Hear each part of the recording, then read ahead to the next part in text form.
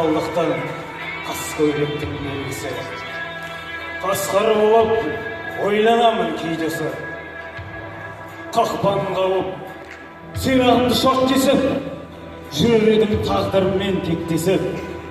Ұлыр едім ұзақ аспанға, жалғыз ғана жауыз аймен беттесіп. Жек көрсем де айға қарап айтар едім сырымды, құлық менің сүрді деп құнымды.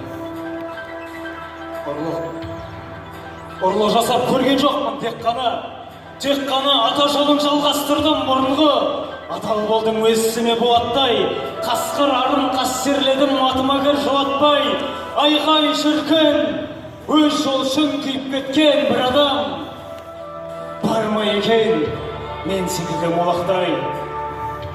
Айтсаңшы ай, сен бәріне куәсің ғой, куәсің, мен өлемін, ал сен қайта туасың. Қатал адам қақпан құра берсегер, менің бейбақ ұрпақтарым туатын, қиырағына жұмсамақ қасқырлығын қуатын. Әлде бізде қоямыз ба адаласты асауды, адамдардан оқимыз ба қулық сұмдық жасауды? Жоқ!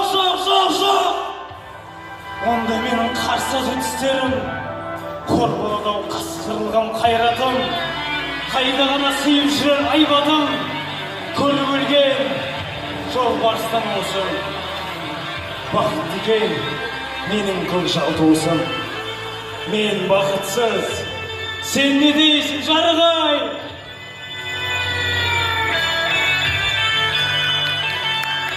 Қалым бітті, көрінесің тардай. Соңғы тілек, қасқырларым қасқырлыққа құнықсын, ал адамдар қасқырлықты ұмытсын. Мен де жедім, олар жеген тәттасты, неге олар меніменен қастасты?